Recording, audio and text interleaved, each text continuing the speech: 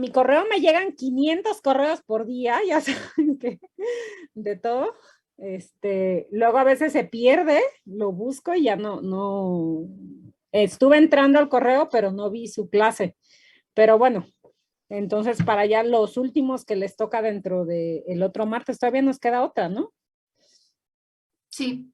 Ajá, ya, avísenme mejor a mi WhatsApp que ya me la mandaron para que la busque con intención porque ahorita estuve También, buscando, pero no la vi. sí, también le mandé un mensaje, doctora, por WhatsApp. ¿Me mandaste? Sí. Ay, soy de lo peor. Perdón. Una pequeña duda que tenía, pero Ay, bueno, perdón. creo que quedó bien la presentación. Si no, pues ya ahorita Bueno, nos corrige algunas cosas que bueno, no tengo excusa. Bueno, pues no ya te preocupes. empecemos la clase, va.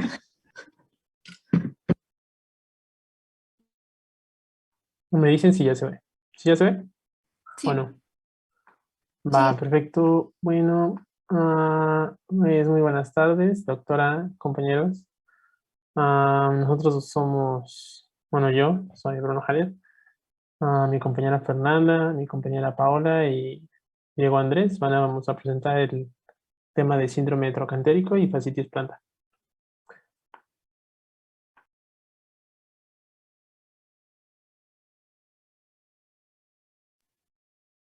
Bueno, este es el contenido que vamos a presentar. Siguiente, Bruno, please. Y empezamos con síndrome trocantérico. Bueno, ¿qué es el síndrome trocantérico? Siguiente, Bruno, por favor. Bueno, también es conocido como síndrome doloroso del trocánter mayor o GTPS por sus siglas en inglés, que significan Greater Trochanteric Pain Syndrome. Y bueno, es una de las causas más comunes de dolor en la parte externa de la cadera o en la parte lateral. Como pueden ver en la imagen, recordando un poco la anatomía del fémur, bueno, pues va a tener dos salientes óseas, el trocánter menor, que es el que da hacia la parte medial, y el trocánter mayor, que es el que da hacia la parte lateral o externa, como comentan que es donde se va a presentar el dolor. Bueno, esta zona pues, va a ser el punto de anclaje de 5 tendones, incluidos el del músculo del glúteo medio o glúteo menor, por lo cual, por lo general, este dolor va a ser causado por una tendinopatía de cualquiera de estos dos músculos, es decir, que este tendón va a estar inflamado. Anteriormente se conocía como bursitis trocantérica, pero este nombre ya no es correcto. ¿Por qué? Porque, bueno, la bursa es como tal la bolsa sinovial que protege a las articulaciones. Entonces se ha visto que como tal en el síndrome trocantérico, la bursa trocantérica que rodea al trocánter mayor no va a estar afectada en la mayoría de los casos, por lo cual el nombre correcto es síndrome trocantérico o síndrome doloroso del trocánter mayor. Bueno, un poco de la epidemiología. Bueno, podemos ver que es un síndrome bastante común. Una revisión comunitaria que se realizó el año pasado de 3.000 adultos de entre 50 a 70 años de edad, que es la edad más frecuente de este síndrome, de este rango. Bueno, el 15% de las mujeres tenían el síndrome trocantérico y el 6.6% de los hombres. Entonces aquí pues podemos ver que es más frecuente en las mujeres en una relación 4:1. También se sabe que del 20 al 35% de pacientes que llegan a la consulta por dolor lumbar, es decir, dolor en la parte baja de la espalda, bueno, pues aproximadamente un tercio de ellos va a presentar este síndrome. Como siempre en México, los datos no están tan bien investigados, bien indagados, no están claros, pero una revisión que se realizó en el año 2017 de 75 pacientes que tenían osteoartritis de cadera, es decir, algún problema en la articulación de la cadera, bueno, pues el 24.7% de estos, es decir, aproximadamente un cuarto, que equivaldría a unos 18 pacientes, presentaron síndrome trocantérico. Siguiente, Bruno, por favor. Bueno, ahora hablando un poquito más de la fisiopatología. La siguiente, por favor. Ok, vamos a tener que la fricción que va a hacer el trocante mayor con la banda iliotibial, que recordemos de anatomía, pues que va de la cadera a la tibia, al estarse como rozando va a causar microtraumas a nivel de la inserción con los tendones del glúteo, como ya dijeron, ¿no? El glúteo medio y el glúteo menor. Y esta fricción va a llevar a que se haga una inflamación y degeneración de los tendones, Además de que la banda iliotibial se va a empezar a tensionar, ¿no? Justamente como vemos en la imagen, se va a empezar a hacer un poquito más grande y esto va a causar más tensión. La siguiente. Ahora, los mecanismos por los cuales esto se va a producir va a ser por microtrauma, que esto va a ser por un sobreuso de la musculatura circundante que resulta en las tendinopatías del glúteo medio y glúteo menor. Por ejemplo, las personas que escalan mucho usan mucho este tipo de músculos y por eso se pueden hacer estos microtraumas. También el sedentarismo, debido a la presión constante sobre el trocante mayor, de estar como acostado sobre esta zona, va a causar microtraumas. El otro va a ser el trauma ya directo, como una caída, que como hemos visto en geriatría, es muy común en los adultos mayores, ¿no? Y esto que caigan de lado, pues va a generar la inflamación. Y la tercera causa va a ser idiopática, o sea que no sabemos bien por qué se da. La siguiente. Bueno, ahora les voy a platicar un poco sobre la clínica y el diagnóstico, que en realidad son bastante sencillos. Este síndrome se va a manifestar como un dolor en la cadera lateral que se va a poder irradiar por el muslo y la nalga y hay veces que puede llegar hasta la parte lateral de la rodilla. Va a ser un dolor intenso que como agravantes va a tener la abducción pasiva de la cadera y la activa también cuando sea contrarresistencia y por rotación externa. Va a haber una cosa que se llama signo del brinco al tacto, que es, estamos explorando al paciente, tocamos la zona y el paciente pega un brinco de dolor. La siguiente, por fin. Bueno, es una lista más exhaustiva de síntomas, que bueno, es la molestia y la palpación cerca del trocánter. Los pacientes, si se recuestan sobre el lado afectado, les va a doler. O cuando están del otro lado, pero la pierna se aduce, también les va a doler en ese momento. También en actividades que sean con peso, la literatura mencionaba subir escaleras, o sea, muchas escaleras, o ir caminando en pendiente también. Y bueno, como si también están mucho tiempo sentados o con las piernas cruzadas, también les va a doler. El dolor generalmente va a ser episódico y va a ir empeorando con el tiempo, o sea, con el tiempo en cuanto a días y semanas. Aquí les puse una tablita de diagnóstico diferencial. El primer punto puede ser con osteoartrosis, una necrosis avascular de la cabeza femoral o atrapamiento femoroacetabular, que el dolor va a ser diferente, va a ser en más regiones, va a ser en el glúteo profundo, en el muslo anterior. El paciente se va a quejar mucho, especialmente con necrosis avascular, se va a quejar mucho cuando se sienta o cuando se levanta o cuando está mucho tiempo de pie y va a haber una disminución del rango de movimiento. También se puede llegar a un diagnóstico diferencial, es el dolor lumbar referido, que va a ser particularmente en L2, L3 y L5, y va a seguir un patrón de dolor de acuerdo con el dermatoma. La enfermedad inflamatoria, acuérdense que va a provocar síntomas simétricos y el síndrome troncantérico generalmente va a ser unilateral y los síntomas empiezan en la mano, en las enfermedades inflamatorias. Y también la fractura de cuello de fémur es otro diagnóstico diferencial que va a ser dolor alrededor de la articulación específicamente. La siguiente, por fin. Bueno, para el diagnóstico hay varias pruebas. Vamos a ver videitos de la prueba de Trendelenburg y la prueba de Noble, ahorita se los pongo. Pero primero, o sea, la prueba de Trendelenburg va a ser para evaluar la función de los abductores. FABER es un acrónimo para flexión, abducción y rotación externa. Es en inglés, entonces sería External Rotation, por eso FABER. La prueba de Noble va a ser para ver si hay tensión iliotibial o no. La prueba de una pierna es de 30 segundos y el paciente va a estar de pie, apoyado sobre ambas piernas y luego va a quitar una pierna, le va a quitar peso a una pierna levantándola. Entonces la prueba va a ser negativa si la cadera se mantiene derechita.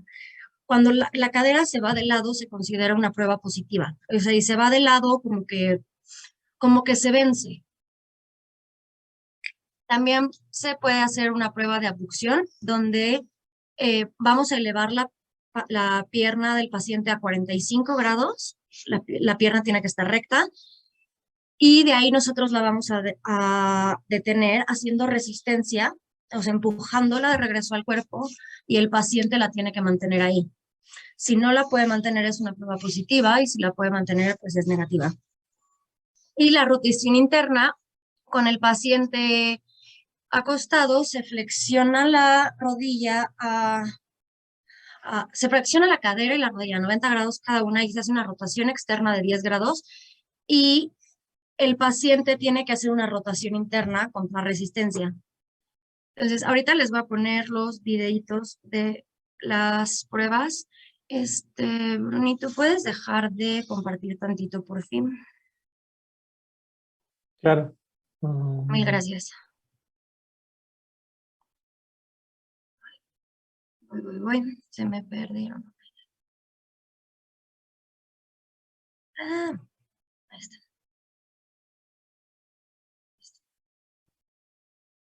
¿Se ve la pantalla? Sí, ya se ve. Vamos a empezar con la prueba de Trendelenburg. Trendelenburg test. The purpose is to assess for weakness of the gluteus medius. Stand behind the patient and observe the dimples overlying the PSIS. Normally, when the patient bears weight evenly on both eggs, these dimples appear level. Then ask the patient to stand on one leg. If he stands erect, the gluteus medius muscle on the stance side should contract as soon as the opposite leg leaves the ground and should elevate the pelvis on the unsupported side. This elevation indicates that the gluteus medius muscle on the supported side is functioning properly, or a negative Trendelenburg sign. If it's a positive test, the pelvis on the unsupported side actually drops, and the glute med on the stance side is either weak or non-functioning. Ese es la prueba de Trendelenburg y la prueba de Noble es esta.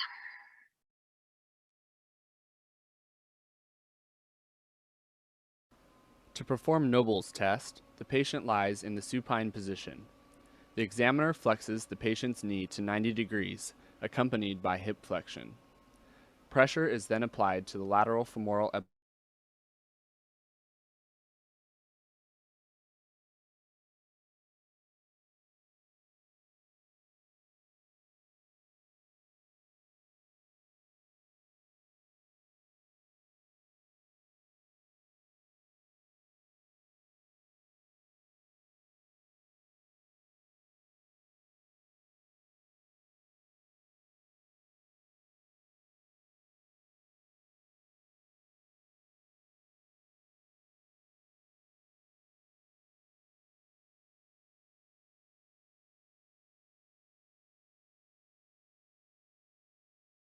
Se puede hacer una radiografía para descartar fractura u osteoartrosis. Se puede hacer un ultrasonido en donde podemos ver el engrosamiento de la banda iliotibial, una tendinosis en los glúteos o una bursitis trocantérica. La resonancia magnética se reserva a casos particulares para patologías subyacentes o antes de una intervención quirúrgica.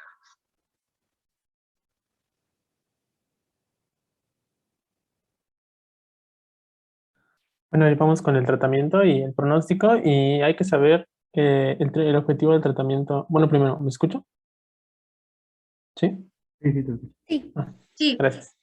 Bueno, el objetivo del tratamiento es aliviar los síntomas y prevenir la discapacidad, evidentemente. Entonces, el tratamiento inicial, y aquí es muy importante que tengamos en cuenta que el tratamiento inicial, porque a veces se nos va la onda. Bueno, no hemos estado en clínica, ni hemos ejercido todavía, pero algunos doctores dan tratamiento farmacológico de primera instancia. Sin embargo, aquí hay que tener en cuenta que el tratamiento inicial para el síndrome trocantérico mayor es los cambios del estilo de vida y tratar de evitar este tipo de cosas. Aquí les puse una tablita donde explica mejor qué es lo que hay que evitar y qué es lo que hay que hacer. Por ejemplo, evitar subir escaleras o columnas muy pendientes. Ya sabemos que aquí en México y en la provincia probablemente encontremos pendientes muy prolongadas. Evitar la aducción de la cadera a través de la línea media. es decir, digamos, cruzar las piernas. Igual evitar cruzar las piernas al sentarse y evitar acostarse de lado. Esto debido a que pues, el tendón puede aplastarse y causar dolor.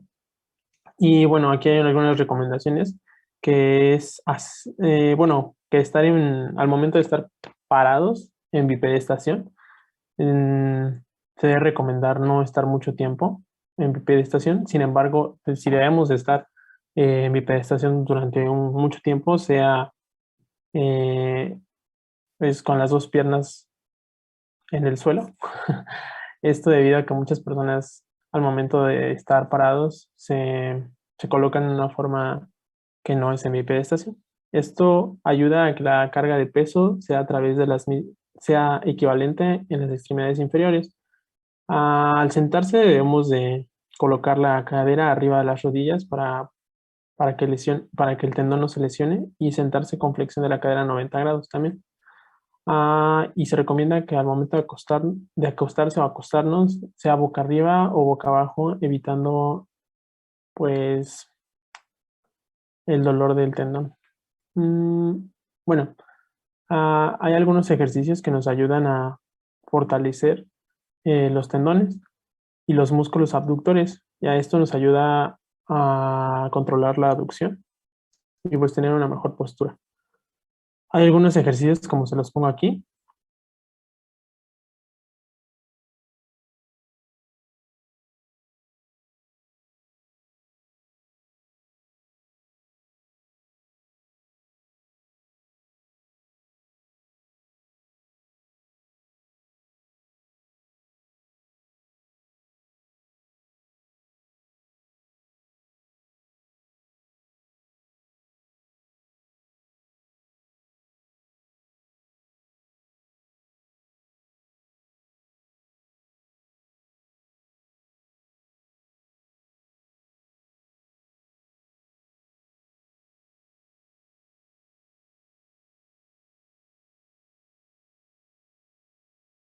Pues tiene un dolor muy fuerte o incluso ya no ha podido mejorar con el tratamiento de los cambios del estilo de vida, se puede prescribir AINES como el diclofenaco de 150 miligramos por día en cantidades mínimas.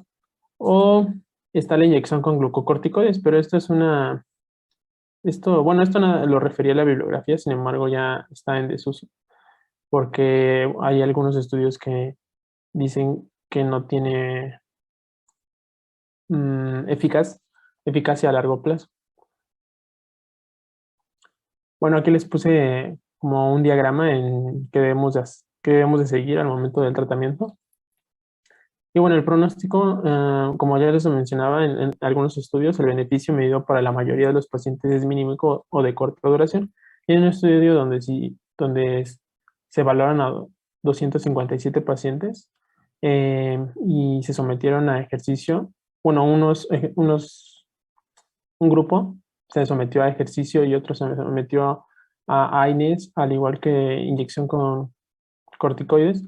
A las 52 semanas, el programa de educación más ejercicio siguió siendo mejor que el grupo de la inyección con glucocorticoides en cuanto a la mejoría global. Entonces, sí es importante que tengamos en cuenta que la primera línea y del tratamiento es los cambios en el estilo de vida y el ejercicio. Ahora vamos a pasar con fascitis plantar.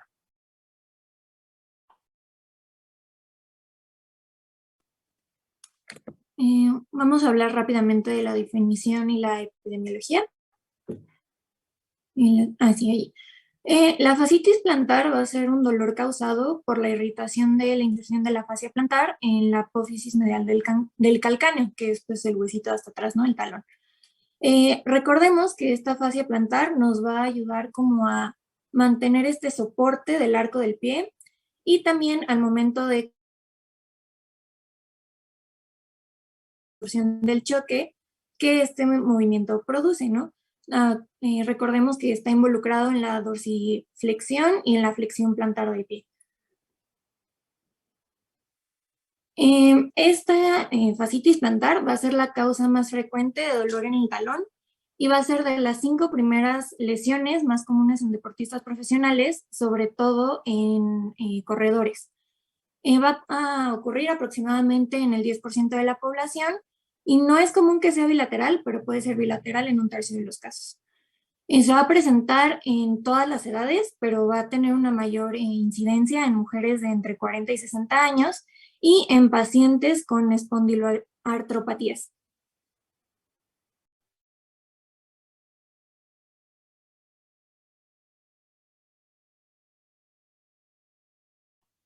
Bueno, más en la clasificación y en la patogenia.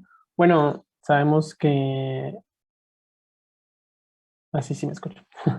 Que la fascia plantar es un tejido grueso de color blanco, perla, con fibras longitudinales adheridas a la piel, que contribuye a la posición estable y que, que evita fuerzas de cizallamiento y facilita la deambulación.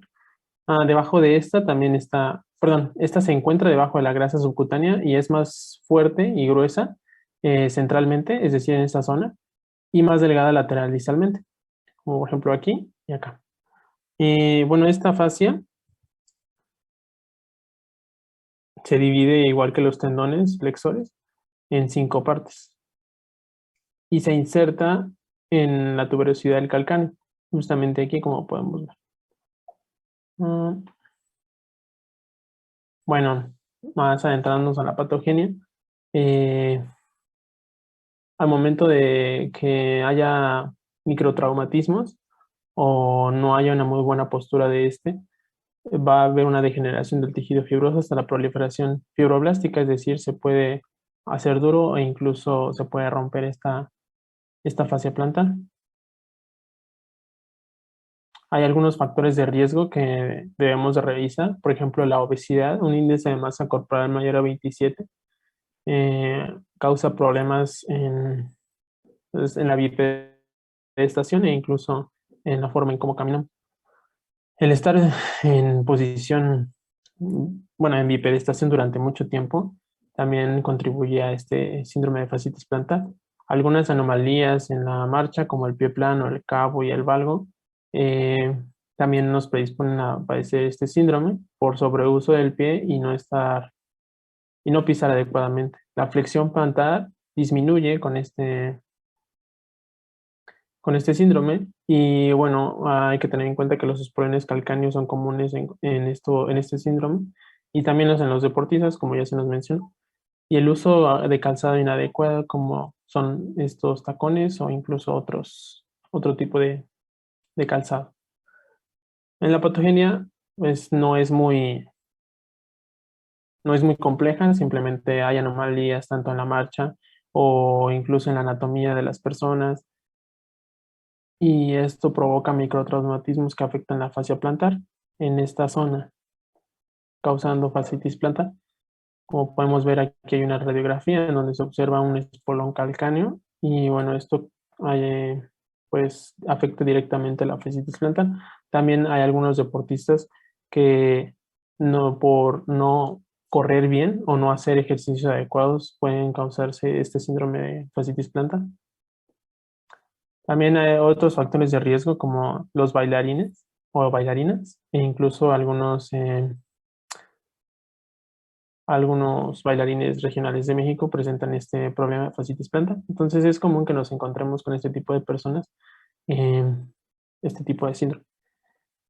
Y pues este estrés aplicado en el tendón Aquiles, ya sea debido a la contracción muscular o al estiramiento pasivo, resulta de inflamación y una tensión en la fascia plantar. Y bueno, esto es todo de la patogenia. Bueno, ahora pasamos a las manifestaciones clínicas y cómo es que vamos a hacer el diagnóstico. Bueno, la principal manifestación va a ser el dolor. Va a haber un dolor intenso en la zona media plantar que pues, va a corresponder a donde se encuentra localizada esta fascia. Este dolor es de inicio insidioso. Esto quiere decir que va a ir aumentando progresivamente hasta llegar a algo que puede llegar a ser pues insoportable o muy fuerte. ¿Y cuándo va a ser más intenso? Bueno, pues por la mañana, con los primeros pasos del día, después de un periodo de inactividad que va de la mano con el punto de arriba, porque pues claro que es un periodo de inactividad el estar acostados durante la noche y pues por la mañana vamos a retomar esta actividad, lo que va a provocar un dolor intenso. Y otro punto es seguido de un incremento de carga prolongado sobre la zona, como cual, pues lo que ya hemos mencionado, estar de pie en hipertensión mucho tiempo. Siguiente pregunta, por favor. Bueno, y el diagnóstico pues es en su mayoría clínico. Una correcta anamnesis y una buena exploración física nos va a orientar al diagnóstico casi en su totalidad. ¿Y qué va a llevar esta correcta exploración física? Bueno, pues palpación, en la palpación de la zona media del calcáneo, como se observa en la imagen, que es donde se va a hacer, donde va a estar la inserción de la fascia plantar, como nos comentaba Bruno hace un momento. Entonces, al momento de palpar esa zona, bueno, pues va a presentar el paciente dolor. Otra maniobra que se puede realizar es el test de Weinlass positivo, o también se llama test de Jack o test de Weinlass-Jack. Bueno, ¿en qué consiste? Pues en la imagen trata de explicarlo y creo que lo hace bastante bien. Hay un mecanismo que se llama el mecanismo de Weinlass que incluye varias estructuras de las extremidades inferiores. Por ejemplo, aquí como pueden ver la flecha roja, bueno, va a comenzar con una dorsiflexión del primer dedo del pie, es decir, levantamos el dedo gordo del pie y esto va a provocar cómo se eleva el arco longitudinal del pie, que es la flecha amarilla. Esto es porque pues, se va a tensar la fascia y esto va a provocar una serie de movimientos en el resto de la extremidad que van a incluir desde el tendón de Aquiles hasta finalizar en una ligera rotación externa de la rodilla. Entonces, bueno, pues hay varios mecanismos. Digo, este mecanismo de Wellness incluye varias estructuras. Entonces, ¿en qué consiste como tal el test? Bueno, pues que cuando el médico o quien esté realizando la prueba quiera hacer esta dorsiflexión, es decir, levantar el dedo gordo, va a tener que ejercer mucha fuerza o de plano no va a poder. ¿Por qué? Porque pues la fascia va a estar inflamada o como tal tensa. Esto va a ser un test de Weinlass positivo. Tiene una especificidad de 100%, es decir, si el paciente da test de Weinlass negativo, no podemos considerar la fascitis plantar. Sin embargo, la sensibilidad es algo baja. ¿Por qué? Porque, pues, como les comento, este mecanismo incluye varias estructuras y puede ser que la fascia plantar no esté alterada y si lo esté, el tendón de Aquiles o incluso alguna zona cercana a la rótula. Las pruebas complementarias, bueno, no están recomendadas. ¿Por qué? Porque no van a ayudar como tal a mejorar el diagnóstico, salvo ciertas situaciones que aquí les comento. Bien, la radiografía simple se va a realizar cuando se trata de una fascitis traumática. ¿Eso para qué? Pues para más bien evaluar que no haya otro daño como tal en el pie. Bueno, en las radiografías va a ser frecuente encontrar los espolones o el espolón calcáneo, como lo comentaba Bruno, que ¿qué es? Pues es esto, es lo que está en el círculo rojo, que es una creciente ósea en forma de triángulo o de lanza, y se va a formar por que la fascia como tal va a distenderse, entonces va a permitir un crecimiento óseo anormal que va a dar esta forma. Como tal, el espolón calcáneo, o sea, en teoría, pues no causa dolor, pero sí lo va a provocar porque va a lastimar a las estructuras subyacentes a este. Sin embargo, estudios recientes han descubierto que hay pacientes que presentan pues un dolor intenso y no tienen espolón calcáneo. Entonces, independientemente de la presencia del espolón, el tratamiento va a ser el mismo. Por lo cual, bueno, pues como les comento, las pruebas complementarias no son tan necesarias. La ecografía y la resonancia. Estas se van a reservar cuando, eh, pues por alguna razón, el diagnóstico clínico no está tan claro, cuando ya hubo tratamiento y el paciente no mejora, o bien cuando el dolor es tan intenso que se quiera descartar una ruptura de la fascia. Siguiente, Bruno, por favor. Ok, bueno, me costó un poco aquí encontrar una descripción de las imágenes y creo que no tengo un ojo tan entrenado para entender, pero según lo que leí y lo que entendí, es que, bueno, en la resonancia de la izquierda encontramos donde señala la flecha amarilla, ahí tenemos una discontinuidad o una pérdida de la continuidad de las fibras de colágeno de la fascia, y esto es lo que se va a identificar como una ruptura de la fascia. Es aquí cuando la resonancia sí es necesaria, pues para identificarla tal cual es. Por el otro lado, tenemos una fascitis plantar normal en la que solamente se va a observar una degeneración de las fibras de la fascia en la parte de arriba, Bruno, un poquito más arriba, andar por ahí. Es una degeneración de las fibras de la fascia y esto es lo que va a causar dolor. Como tal, pues bueno, la resonancia tampoco es tan necesaria si se logra hacer una correcta exploración física y un buen interrogatorio. Entonces, el diagnóstico va a ser en su mayoría clínico. Siguiente, Bruno, por favor. Bueno, ahora vamos a continuar con el tratamiento y el pronóstico. Como ya vimos, o sea, si el paciente, estamos hablando de pacientes corredores o bailarines, obviamente se va a mandar reposo y el tratamiento en realidad va a ser a base de fisioterapia. O sea, el tratamiento médico son hielos, puede ser AINES, se pueden poner unas férulas nocturnas, que les mantengan el pie en dorsiflexión, terapias de ondas de choque, Botox, se ha usado plasma autólogo rico en plaquetas y ya en casos extremos inyecciones de esteroides, pero en realidad el tratamiento es fisioterapia y esto empieza con reposo. La secuencia se aplica calor, se aplica un láser y un ultrasonido terapéutico que, digo, tienen muchas modalidades. Una de las más usadas es para desinflamar. También se puede hacer estimulación eléctrica con un aparatito que ahorita les voy a enseñar y son muchos estiramientos, tanto en dorsiflexión como en flexión plantar, hacia los lados. Se hacen movilizaciones pasivas, el terapeuta agarra el pie del paciente y lo estira y demás. Se hace entrenamiento de fuerza con diferentes ejercicios como pararse de puntitas, y demás. Se hacen liberaciones manuales, que son masajes muy, muy profundos que duelen, o sea, en realidad duelen mucho, pero al final ayudan a que se desinflame y a que se relaje la fascia. Al final se aplica hielo para justo controlar la parte de la inflamación. También se tiene que educar mucho al paciente. Se le mandan ejercicios en casa, estiramientos en casa, y se hace mucho énfasis en que de verdad repose, porque si el paciente no hace el trabajo en casa y tampoco reposa, la verdad es que no va a mejorar. Entonces, sí se hace mucho, mucho énfasis en eso. Y también se puede aplicar tape, kinesiotape. Entonces, la siguiente, por fin.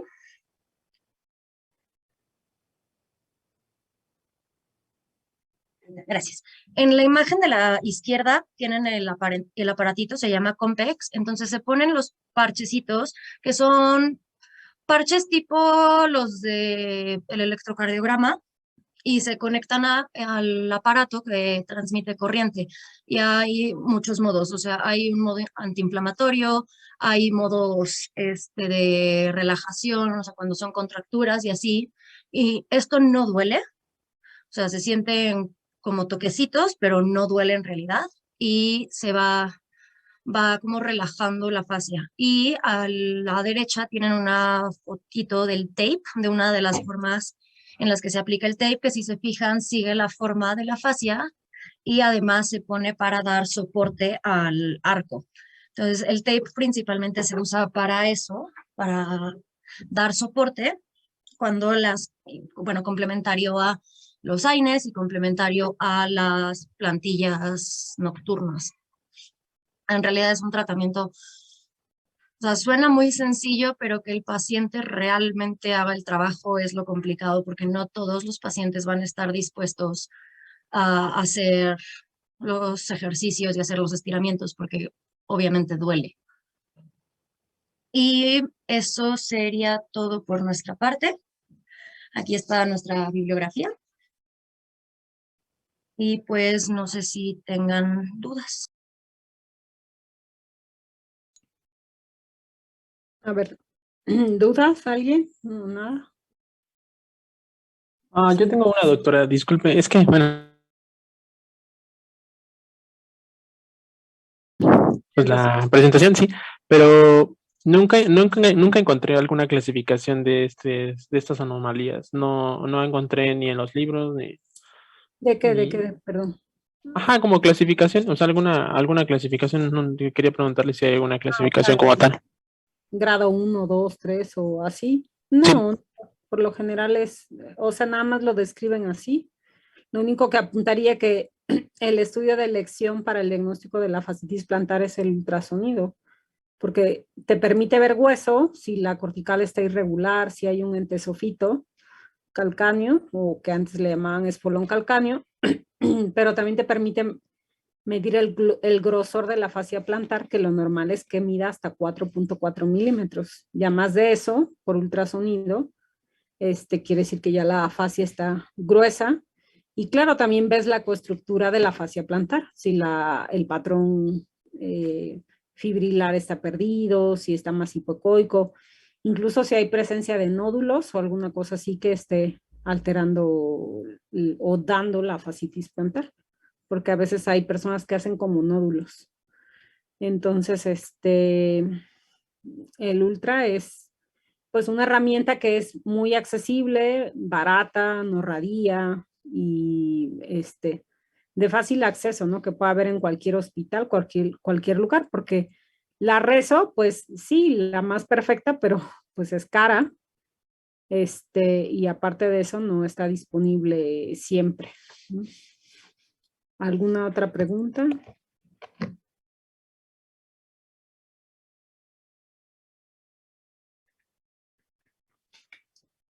¿Alguien más o ya les queda?